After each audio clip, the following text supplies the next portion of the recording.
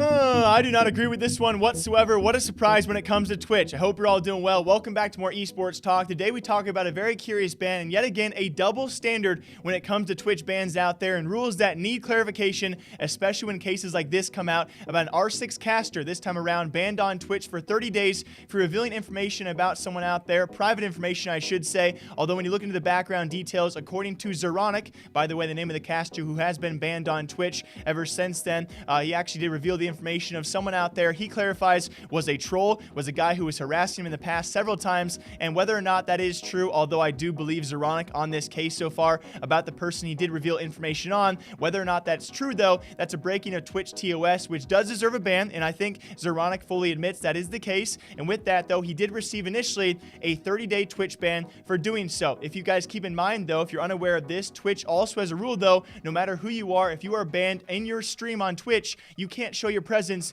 in other streams out there as well, and as being an R6 caster, that means for upcoming events, he couldn't show himself on those streams, and thus his 30-day Twitch ban cost him a real-life job opportunity, or maybe one or two of them as a caster, and this is where the rule does bite back a bit, and even further than that, guys, his ban was actually eventually reduced from 30 days down to, I believe, maybe 7 days or less, and with that, though, Twitch didn't give enough notice about his ban being reduced, and he still missed the event. Now, I'm not sure whether his reduction was to 14 days or to 7 days, but they reduced his ban, didn't let him aware in time, and therefore he still couldn't even cast the event, which he then would be allowed to cast because he would have been unbanned by the time the event started.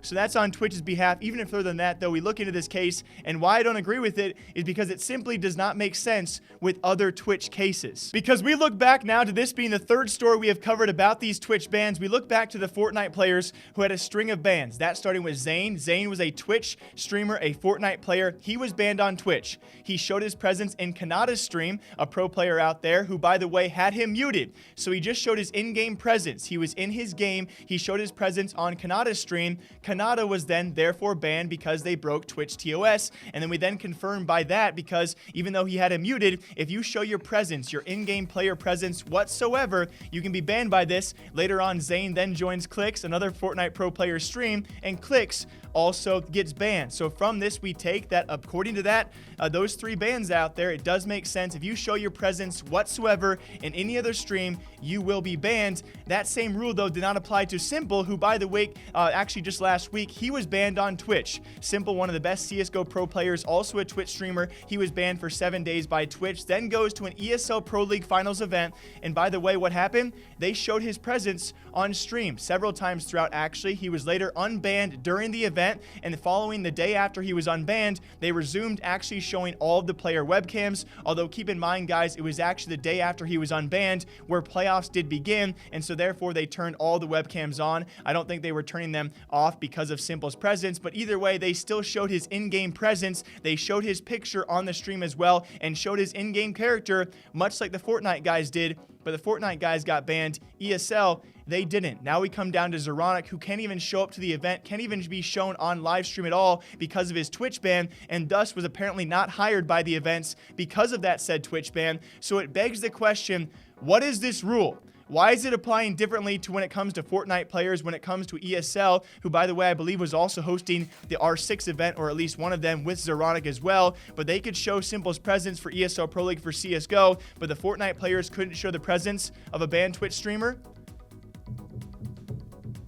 I don't know, actually. So for a regular day streamer, if you show the presence of any other streamer out there, whether it's audio, whether it's physical presence, whether it's on-camera presence, whether it's in-game presence, you cannot show any Twitch band member in your stream. When it comes to a tournament organizer like ESL and a player who is a streamer on Twitch is banned, you can show their presence, you can show them playing in-game, you can show their image and profile picture on your stream, and you won't get banned. When it comes to R6 events and when it comes to a caster being banned, you cannot show him on camera whatsoever, and therefore you decide not to hire him because of his Twitch ban. That rule applies differently, at least across a couple of those cases, and so it does beg the question, is the ultimate rule by this, you just can't show their on-camera presence? Well, then it also begs the question, why were the Fortnite players banned if they had him muted? They had the banned player muted, they just showed his in-game presence. Why does ESL get away with something that a regular streamer can't? And do you guys understand the confusion here of this, again, this Twitch rule, it needs clarification. It's so subjective, and it now costs cost a guy his job. And even further than that, the fact that Twitch then reduced his ban and didn't let him know on time, and he still missed out on the job opportunity. Twitch re-signed some big streamers a couple days back or yesterday. It's a great big W for them. This whole entire event, though, this whole entire thing, a giant L again when it comes to Twitch bans out there, which remain double-standarded. Double-standarded is not a word. They remain inconsistent. They remain unfair to a lot of aspects out there, and it just baffles me there's no further clarification on how their rules actually work. Best of luck to Zeronic in the future. His ban was reduced, so hopefully in the future he will be hired out yet again and hopefully watch himself on his Twitch stream, because apparently if you are banned on Twitch, you could lose your job.